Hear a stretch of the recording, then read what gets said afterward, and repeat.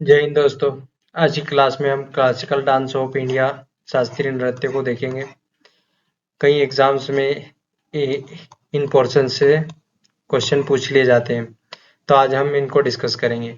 देखेंगे कि शास्त्रीय नृत्य क्या होते हैं और कितने भारत में कितने शास्त्रीय नृत्य हैं और इनकी शुरुआत कब से हुई, सबके बारे में हम देखेंगे, चर्चा करेंगे। तो शुरू करते हैं आज की क्लास। तो सबसे पहले देखते हैं कि नृत्य क्या होता है। नृत्य एक प्रकार की कला है। कला ये अभिव्यक्ति का साधन है।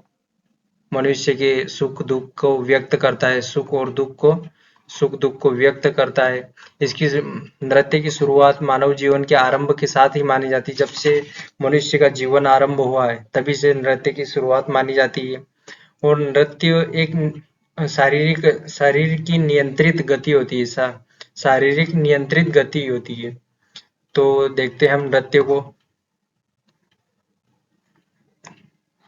नृत्य एक कला है जिसकी शुरुआत मानव जीवन के आरंभ से ही मानी जाती है। नृत्य एक अभिव्यक्ति का साधन है जो सुख और दुख को अभिव्यक्त करता है।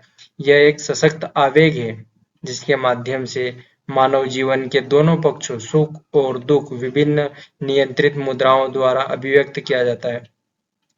डांस के द्वारा सुख और दुख को विभिन्न नियंत्रित मुद्राओं के द्वारा अभिव्यक्त किया जाता है।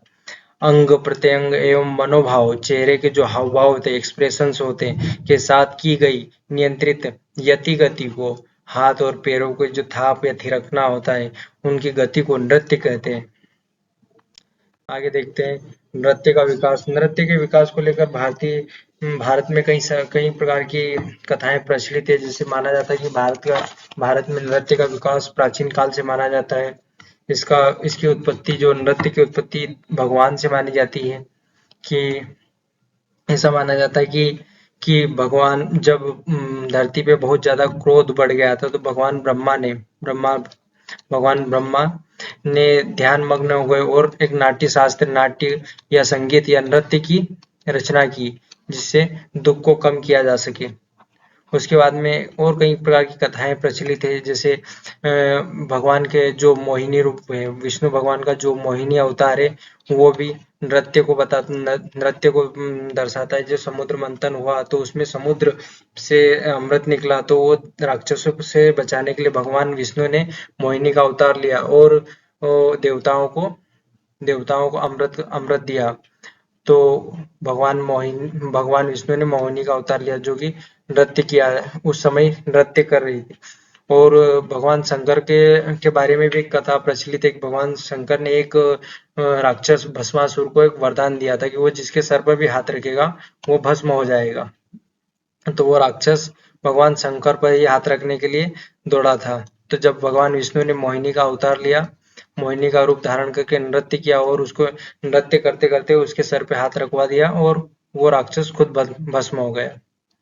तो इस प्रकार से नृत्य के बारे में जो कथाएं प्रचलित है, भारत में प्राचीन काल से मानी जाती है। नृत्य का विकास प्राचीन समय से माना जाता है। भारत में प्राचीन समय से माना जाता है। भारत में जो भगवान शंकर का एक नाम नटराज, जिसका अर्थ होता है कि नृत्य का सम्राट। नृत्य का सम्राट, इस जो नटराज की जो मूर्ति होती है, जो चित्र प्रदर्शित होता है भगवान शंकर की, जो ये नृत्य की जो नटराज की जो प्रतिमा या मूर्ति है, इसकी कई प्रकार से विद्वानों के द्वारा व्याख्याएं की गई। जैसे इसमें भगवान शंकर के 4 हाथ बताए, इनकी अलग अलग प्रकार से व्याख्याएं की। जैसे कि इसमें से जो दाहिने हाथ में जो ऊपर का हाथ है, इसमें डमरू पकड़ा है, इसको बताया कि ये सृजन का प्रतीक है, सृजन का प्रतीक है। और जो बायां हाथ जो ऊपर की ओर उठा है, इसमें जो ये आंख की लपटें है, इसको विनाश का बताया, विनाश का प्रतीक बताया है। तो भगवान के दोनों हाथों में सृजन और विनाश है। विनाश का जो प्रतीक है वो सृजन और विनाश को दर्शाते हैं। उसके बाद में जो ये वाला हाथ है, ये वाला हाथ जो भगवान शंकर के पैरों की तरफ दर्शाता है कि वो मुक्ति का है, जो वो बताता है कि भगवान शंकर के चरणों में ही मोक्ष है। जो शिव के चरणों में मोक्ष को ही बताता है, मोक्ष का प्रतीक माना जाता है ये वाला हाथ। और इसमें एक हाथ है जो कि अभय मुद्रा में, अब अभय मुद्रा में, तो ये दर्शाता है कि ये जो बुराइयों से हमारी रक्षा का प्रतीक है। ये भगवान शंकर का जो ये वाला हाथ है, ये बुराइयों से रक्षा का प्रतीक माना जाता है। रक्षा का प्रतीक माना जाता है। उसके बाद में ये जो चारों तरफ ये जो अग्नि की लपटें दिख रही है, ये जो चारों तरफ ये जो आग की जो लपटें हैं, इनको इनको ब्रह्मांड का प्रतीक माना गया। ब्रह्मांड का प्रतीक माना गया इनको। इनको ब्रह्मांड का प्रतीक माना गया। और ये जो सांप है, इसमें जो ये सांप दिखाया गया है, जो ये कुंडलिनी शक्ति को बताता है। कुंडलिनी कुंडलिनी शक्ति का प्रतीक है। और जो शंकर भगवान के जो पाँव के नीचे जो दबा हुआ जो राक्षस है, वो अज्ञान का प्रतीक है। अज्ञान का जो ये राक्षस या दानव, ये अज्ञान का प्रतीक है। तो ये जो मूर्ति है, ये दर्शाती है कि भगवान शिव अज्ञान का विनाश कर रहे हैं। अज्ञान का विनाश कर रहे हैं।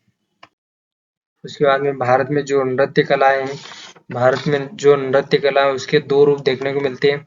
एक तांडव तांडव और दूसरा लास्य। तांडव भगवान शिव के द्वारा रौद्र रूप, इसके दो रूप है। भगवान शंकर के द्वारा किया जाता है। इसके दो रूप है। एक आनंद आनंद आनंद और दूसरा एक आनंद आनंद जो कि नटराज रूप है इसका। और दूसरा रुद्र रूप, जो कि रौद्र रूप में भगवान जब शंकर भगवान जब गुस्से में होते हो तो उस समय जब किया जाता है। तांडव के दो रूप है, आनंद और रुद्र। आनंद में नटराज के द्वारा किया जाता है और रुद्र में रौद्र के द्वारा। और लास्य देवी पार्वती को दर्शाता है। लास्य जो कला है नृत्य की। उसके बाद में हम आगे देखते हैं। भारत में नृत्य परंपरा का विकास जो है प्राचीन काल से माना गया है। और इसके कई प्रकार के स्रोत भी है। जैसे प्रागैतिहासिक काल में हम देखते हैं कि गुफाओं में चित्रकला मिली। तो सिंधु घाटी सभ्यता में एक डांसिंग गर्ल की नर्तकी की मूर्ति देखने को मिली है।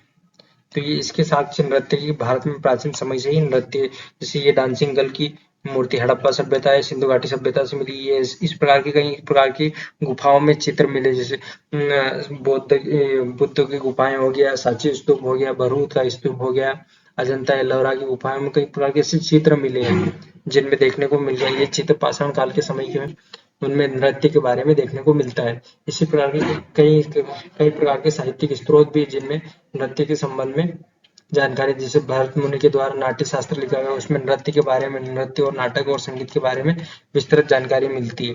आचार्य नंदिकेश्वर के द्वारा अभिनीत दर्पण, तमिल साहित्य जो तमिल में जो लिटरेचर है, तोल्कापियम और शिल्पाधिकारम है, उनमें भी नृत्य के बारे में जानकारी मिलती है। नृत्य के बारे में जानकारी मिलती है। तो आगे देखते हैं हम। भारत में अभी शास्त्रीय नृत्य कितने हैं? तो भारत में शास्त्रीय नृत्य भी 8 है। सबसे पहला जो शुरुआत में ये जो 4 थे, सब इनके नाम है भरतनाट्यम जो कि तमिलनाडु का है, कथक जो कि नॉर्थ इंडिया, जो कि ज्यादातर उत्तर प्रदेश या यूपी में देखने को मिलता है। उसके बाद में कथकली केरल में, कुचिपुड़ी आंध्र प्रदेश में, मणिपुरी मणिपुर में, मोहिनीअट्टम केरल में, ओडिसी ओडिशा में, सत्रिया असम में। ये आठ डांस है। ये 8 प्रकार के डांस है जो कि क्लासिकल डांस माने जाते हैं। और शुरुआती समय में ये 4 डांस थे, उसमें से फिर 2 ऐड किए गए। और लास्ट में जो सबसे 2000 में सन 2000 में ऐड किया गया संगीत नाटक जो एकेडमी नाटक, उसके द्वारा इसको ऐड किया गया शास्त्रीय असम का जो नृत्य उसको। उसके बाद में हम आगे देखते हैं।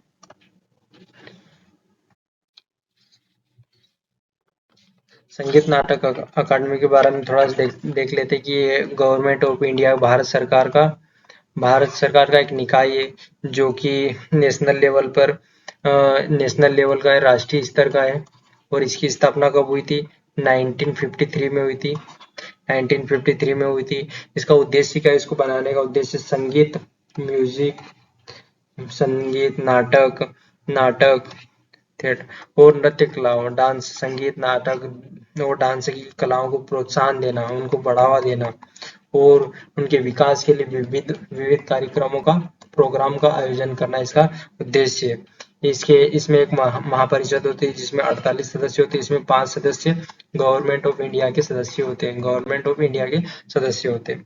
और ये पुरस्कार भी देता है हर साल इनको प्रोत्साहन देने के लिए, इन कलाकारों को। उसके बाद में आगे देखते हैं। उसके बाद में हम सबसे पहला जो नृत्य है वो नृत्य है भरतनाट्यम। तो भरतनाट्यम जो नृत्य है उसकी शुरुआत तमिलनाडु से हुई।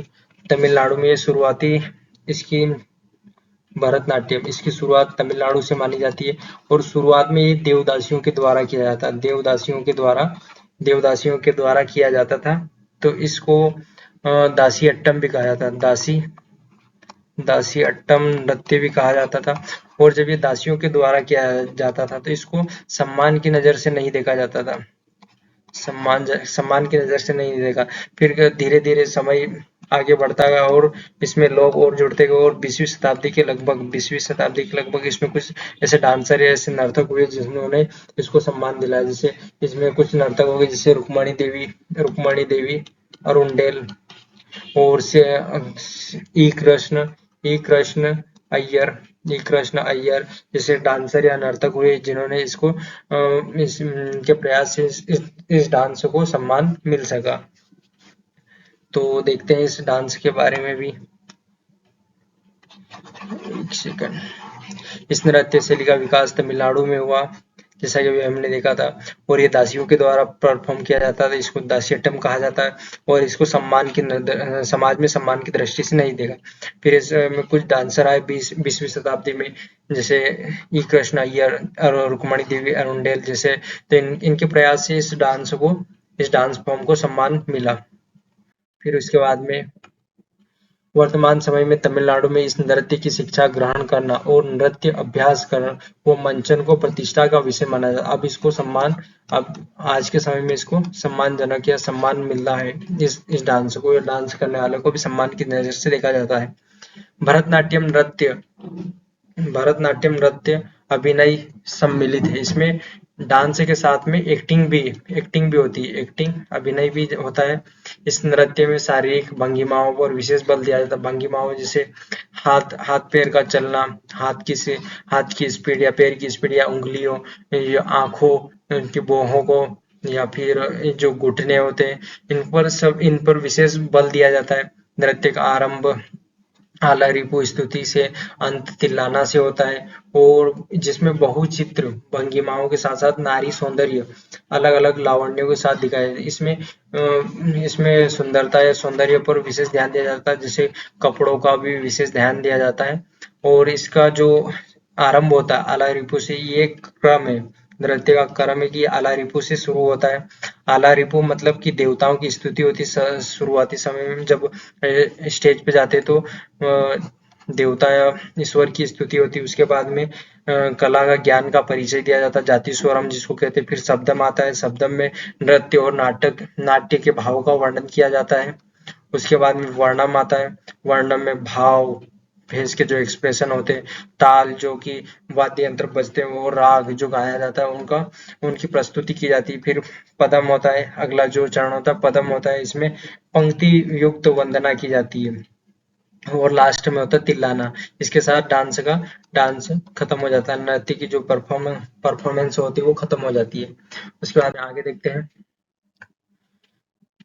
इस नृत्य का उदाहरण। जैसे नटराज की जो हमने मूर्ति अभी आगे डिस्कस की थी वो इसी का उदाहरण, भरतनाट्यम का उदाहरण देखने को मिलता है। इसमें पैरों से लयबद्ध तरीके से जमीन पर थाप दी जाती है, जैसे ऐसे बार बार दी जाती है और पैर विशेष घुटने से विशेष रूप से झुके होते हैं। जैसे इनके झुके हुए ये यहाँ घुटने से थोड़े से फोल्ड होते हैं। हाथ, गर्दन और कंधे विशेष तरीके से गतिमान होते हैं। अलग अलग मुद्राओं में इनके हाथ पैर चलते रहते हैं। इस नृत्य के प्रमुख कलाकारों में पद्मा सुब्रमण्यम, यामिनी कृष्णमूर्ति, सोनल मानसी, मृणालिनी साराभाई, मल्लिका साराभाई ये प्रमुख इसके कलाकार या डांसर्स थे जिन्होंने इस डांस को सम्मान दिलाया। और उसके बाद में अगला जो डांस है वो है कथकली। अगला जो डांस है वो कथकली केरल में परफॉर्म किया जाता है। और इसका जो केरल में जो स्थानीय वहां पर और भी डांस है नृत्य फॉर्म है जिनमें कुड़ी अट्टम है और कृष्णा अट्टम। तो इन दोनों नृत्यों के छाप भी इनका इसमें देखने को मिलती है। इस फॉर्म में देखने को मिलती है। और ये जो नृत्य है जो कथकली है ये पुरुषों के द्वारा किया जाता है क्योंकि इसमें जो पहनावा होता है वो बहुत भारी भरकम होता है, तो इसके कारण इसको पुरुषों के द्वारा किया जाता था। जो कि महिला कैरेक्टर भी होता था, इसमें डांस में कई सारे कैरेक्टर या कथाओं पर ये डांस फॉर्म होते हैं, तो उनमें जो महिला कैरेक्टर होता होता था वो भी पुरुषों के द्वारा ही किया जाता था, पुरुषों के द्वारा ही किया जाता था, पुरुषों के द्वारा ही सभी जो कैरेक्टर होते थे वो किए जाते थे। और इसमें इसमें जो मुख्य तौर से रामायण रामायण महाभारत महाभारत और अन्य जो पुराणों की कथा है उनको परफॉर्म किया जाता है। इसमें दो पात्र होते हैं, एक नायक होता है और एक खलनायक होता है। नायक को क्या कहा जाता है? पाचा, पाचा कहा जाता है नायक को, हीरो को पाया, हीरो को पाचा कहा जाता है, और विलन को केथी कहा जाता है, विलन को कैथी, कैथी विलेन को केथी कहा जाता है। और इसमें डांसर का जो चेहरे पे होते हैं कई प्रकार के कलर किए जाते हैं चेहरे पे, जैसे लाल हो गया, हरा हो गया, पीला हो गया, काला होता है, और कई बार सफेद रंग भी किया जाता है जिनका अलग अलग मतलब होता है। तो देखते हैं इस डांस का बारे में हम। ये केरल का शास्त्रीय नृत्य है और इसमें कुडियाट्टम और कृष्णाट्टम इसके प्रेरणा स्रोत है। और यह मुख्य रूप से पुरुषों के द्वारा किया जाने वाला नृत्य है, किंतु नृत्यांगना रागिनी देवी ने पुरुषों के इस नृत्य के अधिकार को अब महिलाओं के द्वारा भी इस नृत्य को परफॉर्म किया जाने लगा। पुरुष प्रधान नृत्य होने के कारण इसे स्त्री जो कैरेक्टर होता है, स्त्री का जो पात्र होता है वो भी पुरुष के द्वारा ही किया जाता है, पुरुष के द्वारा ही किया जाता है। आगे देखते हैं इस नृत्य के बारे में। तो इस नृत्य में नर्तक द्वारा रामायण महाभारत तथा पुराणों से लिए गए किन चरित्र या कैरेक्टर का अभिनय किया जाता है। इसमें चेहरे के हाव भाव, नेत्र, भौं, संचालन, गालों, नाक, ठोड़ी अभिव्यक्ति पर विशेष बल दिया जाता है।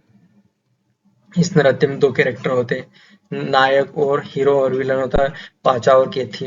उसके बाद आगे देखते हैं। ये देखिए इनमें कई प्रकार के कलर होते हैं, जैसे ये लाल रंग हो गया, काला रंग हो गया, पीला हो गया, हरा हो गया। तो इसके अलग अलग मतलब होते हैं, जैसे हरा रंग होता तो सद्गुण और मर्यादा का सूचक होता है, लाल रंग होता तो ये पाप का सूचक होता है, काला रंग होता तो ये तामसिक प्रवृत्ति को दर्शाता है, पीला होता तो ये सात्विक और राजसिक स्वभाव को दर्शाता है। इसके अलावा सफेद रंग का भी प्रयोग किया जाता है। उसके बाद में देखते हैं कथकली नृत्य अच्छाई एवं बुराई के बीच लड़ने वाले संघर्ष को व्यक्त करता है। जैसे हमारे पुराणों में जो कथाएं होती है उनमें यही दिखाया गया, तो उन पर ये आधारित है। केरल के साथ साथ ही कर्नाटक में भी परफॉर्म किया जाता है। इस नृत्य से जुड़े प्रमुख कलाकार कलामंडलम, रामन कुट्टी नायर, कोटकल कृष्णन कुट्टी नायर, रीता गांगुली, सदानम कृष्णकुट्टी, ये प्रमुख इसके डांसर थे या कलाकार हैं। उसके बाद में आता है अगला जो डांस है, मोहिनी अट्टम।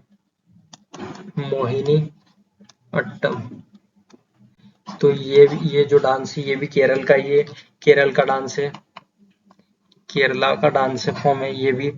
और ये महिलाओं के द्वारा परफॉर्म किया जाता है, महिलाओं के द्वारा। जो उससे पहले हमने जो डिस्कस किया था कथकली, वो पुरुषों के द्वारा, लेकिन अब वो महिलाओं की। और ये मोहिनीअट्टम ये महिलाओं के द्वारा परफॉर्म किया जाता है, और ये एकल महिला के द्वारा किया जाता है। इसमें सिंगल लेडी डांस करती है। और जो इसको इसको आगे देखते हैं हम। यह केरल का प्रमुख शास्त्रीय नृत्य एकल महिला के द्वारा। और 19वीं सदी में त्रावणकोर के राजा स्वाति तिरुनल रामवर्मा के काल में इसका विकास हुआ था। 19वीं सदी में ऐसा मान्यता कि भस्मासुर वध के लिए विष्णु द्वारा मोहिनी रूप धारण करने की कथा से इसका जो भस्मासुर का जो वध हुआ था उस पर जो आधारित कथा जो कथा बनी उस कथा पर बेस्ड ये डांस है। तकनीक के स्तर पे ये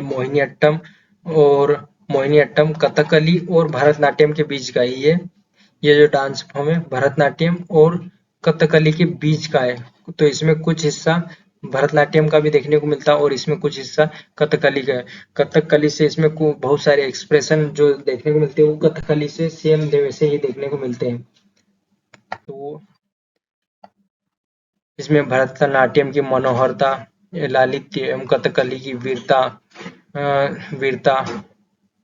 का भाव सम्मिलित है। इसमें भावनाओं के प्रभाव के साथ कदम ताल, शारीरिक हाव भाव और संगीत की बारीकियों के बीच संतुलन साधा जाता है। और मोहिनीअट्टम आंखों एवं इशारों की अभिव्यक्ति के लिए कथकली का ऋणी है। इसमें अधिकतर जो चीजें, जो हाव भाव है, जो इशारे हैं, वो कथकली, जो इससे पहले हमने जो डांस फॉर्म डिस्कस किया था जो केरल का ही है, उससे बहुत सारी चीजें अडोप्ट करी है। यह एक लास्य प्रधान शैली है और प्रस्तुति नाट्य शास्त्र के सिद्धांतों के अनुसार होती है। नाट्य शास्त्र जो कि भरत मुनि के द्वारा लिखा गया था। उसके बाद में मोहिनीअट्टम नृत्य को पुनर्जीवन प्रदान करने में 3 लोगों की महत्वपूर्ण भूमिका मानी जाती है। एक तो जो राजा था 19th सेंचुरी में त्रावणकोर का, स्वाति तिरुमल राम वर्मा, उसके बाद में वल्लतोल नारायण मेनन, उसके बाद में कलामंडलम कल्याणी कुटियम्मा। मोहिनीअट्टम नृत्य से जुड़े प्रमुख कलाकार वैजयंतीमाला, हेमा मालिनी, जयाप्रदा जयाप्रभा मेनन, सुनंदा नायर, गोपिका वर्मा, पल्लवी कृष्णन। तो ये कई सारे एक्टर एक्ट्रेस भी हैं जो कि इस डांस को परफॉर्म करती हैं। तो इसके बाद में जो हम आगे देखते हैं, अगला जो डांस है अगला जो अगला जो डांस है वो कुचिपुड़ी है। कुचिपुड़ी है। कुचिपुड़ी ये आंध्र प्रदेश का है। आंध्र प्रदेश का डांस फॉर्म है और आंध्र प्रदेश का, और ये इसका जो गीत है, जो म्यूजिक होता है, गीत और नृत्य का समन्वित रूप है। इसमें नृत्य और गीत, जो डांस और म्यूजिक साथ में इनका जो समन्वय वो देखने को मिलता है। और इसमें ये भी कथाओं पर बेस्ड है।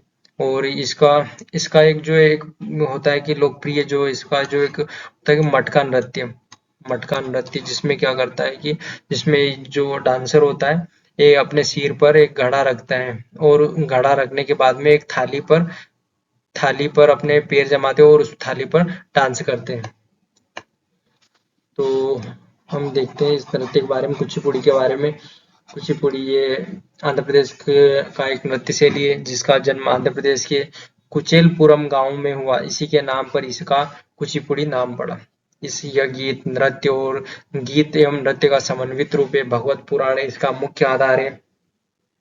इस नृत्य में पद संचलन, पैरों का चलना, पैरों की गति और हस्त मुद्राओं पर विशेष ध्यान दिया जाता है, विशेष महत्व दिया जाता है। कुचिपुड़ी नृत्य का सबसे लोकप्रिय रूप मटका नृत्य है, जिसमें एक नर्तकी मटके में पानी भरकर उसे अपने सिर पर रखकर पीतल की थाली में पैर रखकर नृत्य करती है। उसके बाद में हम देखते हैं कि इस नृत्य की एक प्रमुख विशेषता है कि कलाकार कुचिपुड़ी नृत्य के दौरान पैर के अंगूठे से फर्श पर एक काल्पनिक रेखा आकार बनाते हैं, आकृति बनाते हैं।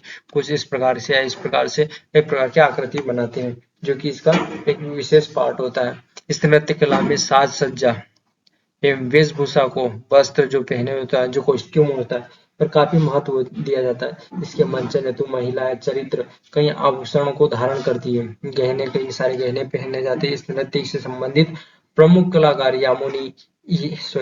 यामिनी कृष्णमूर्ति, राधा रेड्डी, भावना रेड्डी, राजा रेड्डी, यामिनी रेड्डी इत्यादि है। इसके बाद में जो अगला जो डांस है वो ओडिसी है। ओडिसी ये उड़ीसा का डांस फॉर्म है। उड़ीसा का डांस फॉर्म है और उड़ीसा का डांस फॉर्म है। इसको हम देखते हैं। ओडिशा नृत्य उड़ीसा में प्रचलित है। द्वितीय जो सेकंड बीसी में महरिश नामक एक संप्रदाय हुआ जो कि शिव मंदिरों में नृत्य करता था, जो भगवान शिव के मंदिरों में नृत्य करता है। और कालांतर में इसी से ओडिशा नृत्य कला का विकास हुआ। क्या हुआ कि 200 सेकंड बीसी सेंचुरी में 200 दूसरी ईसा पूर्व शताब्दी में महरिश जो संप्रदाय होता था वो भगवान शंकर के मंदिरों में नृत्य करता था, उसी से इसका विकास हुआ। 12वीं सदी में या 12वीं शताब्दी में उड़ीसा नृत्य पर वैष्णववाद का व्यापक प्रभाव पड़ा और फलस्वरूप भगवान जगन्नाथ इस नृत्य के केंद्र बिंदु बने। ओडिशा नृत्य को पुरातात्विक साक्ष्यों के आधार पर सबसे पुराने जीवित शास्त्रीय नृत्यों में से एक माना जाता है।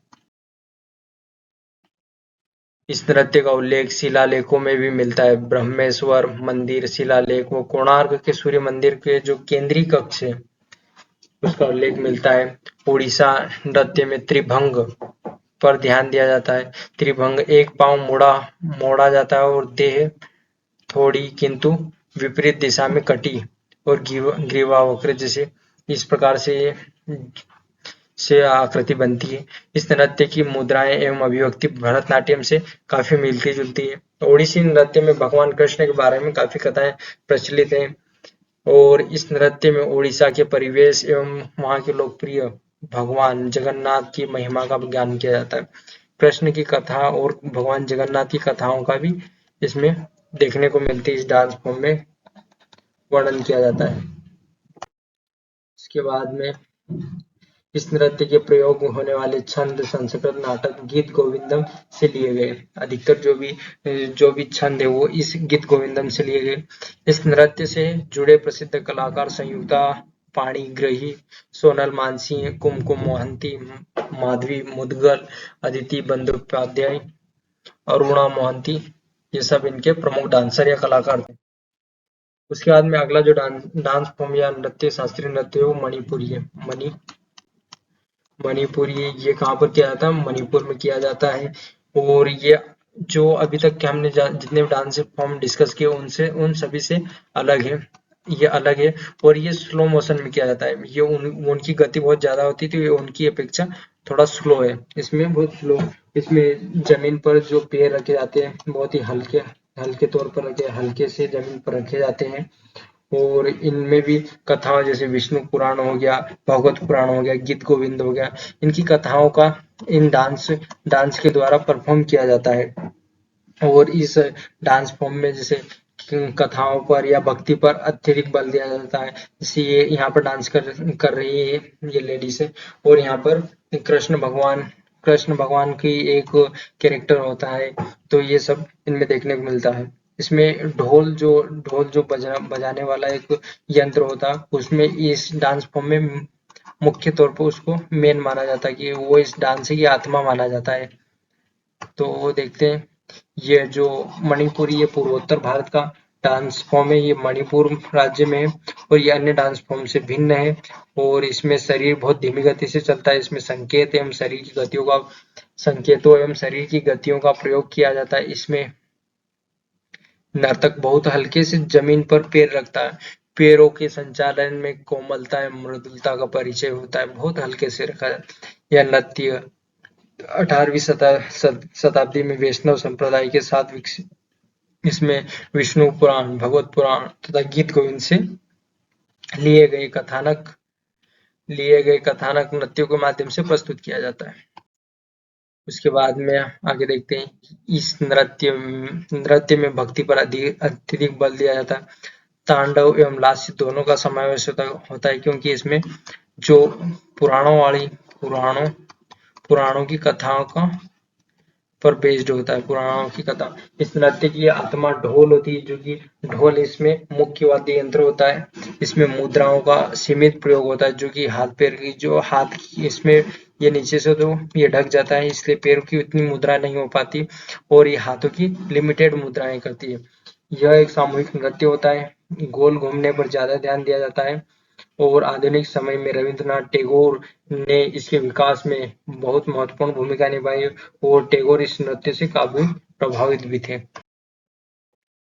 जो रविंद्रनाथ टैगोर थे वे जो जो जो दक्ष डांसर्स होते थे, पर जो मेन स्ट्रीम में होते थे, जो अच्छे डांसर्स होते थे, उनको शिक्षक के रूप में शांति निकेतन, जो कि रविंद्रनाथ टैगोर के द्वारा बनाया गया था, लेकर आए और तभी से इसका समस्त भारत में प्रसार हुआ। और इस नृत्य से जुड़े कलाकारों में गुरु नव कुमार, गुरु विपिन सिंह झावेरी, बहनें नैना, सुवर्णा, दर्शना आदि महत्वपूर्ण है।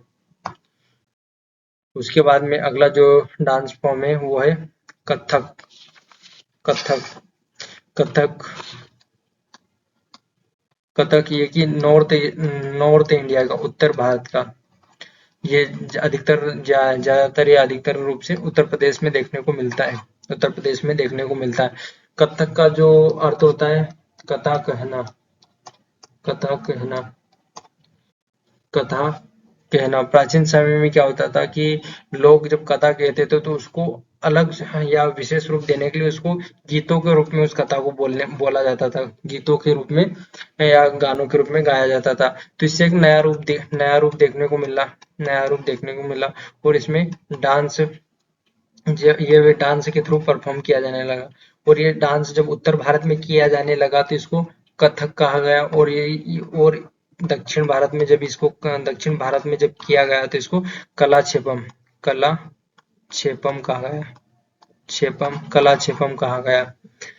कला छेपम कहा गया। तो अब हम कथक के बारे में डिस्कस कर लेते हैं। कथक जो कि उत्तर भारत का है। ये उत्तर इसका शाब्दिक अर्थ क्या? कथक है ना, कथक उत्तर प्रदेश की ब्रजभूमि रासलीला परंपरा से जुड़ा हुआ है। इस नृत्य केंद्र में राधा कृष्ण होते हैं। इसमें पौराणिक गाथाओं के ईरानी के साथ जो पुरानी जो कथाएं जो हिंदू धर्म की जो पौराणिक कथाएं या गाथाएं उनके साथ ही ईरानी प्रभाव और उर्दू कविताओं से ली गई विषय वस्तु का भी नाटकीय प्रस्तुतिकरण होता है। क्योंकि ये उत्तर भारत में था तो यहीं पर मुगलों या अन्य जो विदेशी आक्रमण हुए, जितने भी शासन या भारत में जितना भी शासन हुआ है सब उत्तर भारत में ही हुआ ज्यादातर देखने को मिलता है। तो उनकी जो कला है वो भी इसमें देखने को मिलती है। यद्यपि कथक का जन्म उत्तर भारत में हुआ किंतु ईरानी और मुस्लिम प्रभाव के कारण ये मंदिरों से की रीति रीति से दरबारी मनोरंजन तक पहुंच गया। अभी तक तो ये मंदिरों में परफॉर्म किया जाता था, लेकिन जब इनका प्रभाव देखने को मिलता तो ये प्रभाव पड़ा तो ये मंदिरों से दरबारों में पहुंच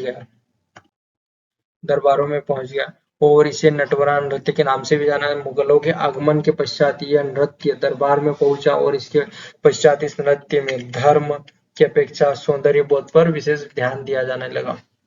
अवध का जो नवाब था वाजिद अली शाह के समय ठाकुर प्रसाद एक डांसर थे, बहुत अच्छे डांसर थे, जिन्होंने उन नवाब को सिखाया था, डांस सिखाया था। ठाकुर प्रसाद के 3 पुत्र बिंदा दीन, कालका प्रसाद और भैरव प्रसाद ने कथक को लोकप्रिय बनाया। आगे चलकर कालका प्रसाद के 3 पुत्रों अच्छन, लच्छू तथा शंभू ने इसे पारिवारिक शैली को आगे बढ़ाया। कथक नृत्य की खास विशेषता इसके पद संचलन और घिरनी चक्कर काटने, जिसमें जैसे ये महिला बहुत यहाँ पर चक्कर काटेगी, गोल गोल घूमेगी, इसमें घुटनों को नहीं मोड़ा, पैर एकदम सीधे होते हैं। और इसमें हस्त मुद्राओं तथा पद ताल पर अधिक ध्यान दिया जाता है। जो पैरों की थाप होती है उन पर अधिक ध्यान दिया जाता है और हाथों की जो मुद्रा हाथ मोड़ते हैं उन पर ज्यादा ध्यान दिया जाता है। कथक नृत्य को ध्रुपद और ठुमरी जो कि गायन की एक शैली के माध्यम से व्यक्त किया जाता है। 19वीं सदी में अवध के अंतिम नवाब वाजिद अली शाह के संरक्षण में इसका स्वर्णिम रूप देखने को मिला था। जो वाजिद अली शाह था वो खुद डांसर था तो इसका संरक्षण बहुत अच्छे से किया था।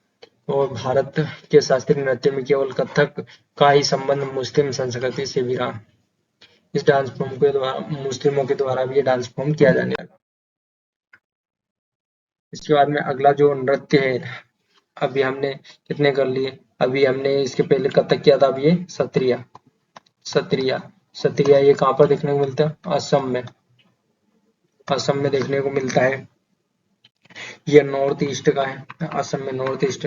इस जो डांस फॉर्म में सत्रिया में इसमें डांस भी है डांस भी है, म्यूजिक भी है और एक्टिंग अभिनय भी देखने को मिलता है। डांस, म्यूजिक और एक्टिंग भी देखने को मिलती है। इसकी जो शुरुआत है 15वीं सेंचुरी से मानी जाती है और इसका जो स्टार्टिंग किया शुरुआत की थी शंकर देव जी के द्वारा की गई थी। शंकर देव जी के द्वारा की गई थी। और ये सत्रिया जो पुरुषों के द्वारा, ये जो नृत्य था पुरुषों के द्वारा किया था, लेकिन अब इनको महिलाओं के द्वारा भी किया जाने लगा है। तो ये वही बात हमने अभी डिस्कस की है। 15वीं सेंचुरी में शंकर देव ने इसे अंकिया नाट के प्रदर्शन के लिए विकसित किया था। और इसे पौराणिक कथाओं का समावेश है। तो प्रारंभ में यह पुरुषों के द्वारा किया जाता था परंतु अब इसे महिलाएं भी करती है। इसमें शंकर देव द्वारा संगीतबद्ध रचनाओं का प्रयोग होता है जिसे बोर गीत कहा जाता है। इसमें ढोल, ताल एवं बांसुरी का प्रयोग होता है। हाल के दिनों में हारमोनियम का भी प्रयोग होने लगा। इस नृत्य शैली को संगीत नाटक अकादमी के द्वारा 15 नवंबर 2000 को शास्त्रीय नृत्य की सूची में सम्मिलित कर लिया गया। इस नृत्य की कई विधाओं में बांटा गया है, जैसे अप्सरा नृत्य, बेहर नृत्य, चाली नृत्य, दशावतार, मंचोक नृत्य और रास नृत्य। अन्य शास्त्रीय नृत्यों की भांति इसमें भी नाट्य शास्त्र, संगीत, रत्नाकर एवं अभिनय दर्पण के सिद्धांतों का प्रयोग हुआ। उसके बाद में हम देख लेते हैं कि ये भारत के शास्त्रीय नृत्य भरतनाट्यम, कथकली, कथक, कुचिपुड़ी, ओडिसी, मणिपुरी, मोहिनीअट्टम और ये इनके प्रमुख डांसर या प्रमुख कलाकार थे। तो ये आप देख लीजिएगा। इसके बाद में हम आगे चलते हैं। लोक नृत्य। लोक नृत्य देख लेते हैं। लोक नृत्य क्या होता है कि किसी एक जगह विशेष या कोई राज्य या किसी क्षेत्र विशेष में किसी फेस्टिवल या किसी उत्सव के लिए जो डांस किया जाता है वो उसको लोक नृत्य कहा जाता है। जैसे कई क्षेत्रों में जैसे फसल काटने या फसल बोने पर फसल कटाई पर डांस किया जाता है, तो उसको ऐसे कई प्रकार के डांस होते हैं जिसे देखने को मिलते हैं, तो उनको लोक नृत्य कहा जाता है।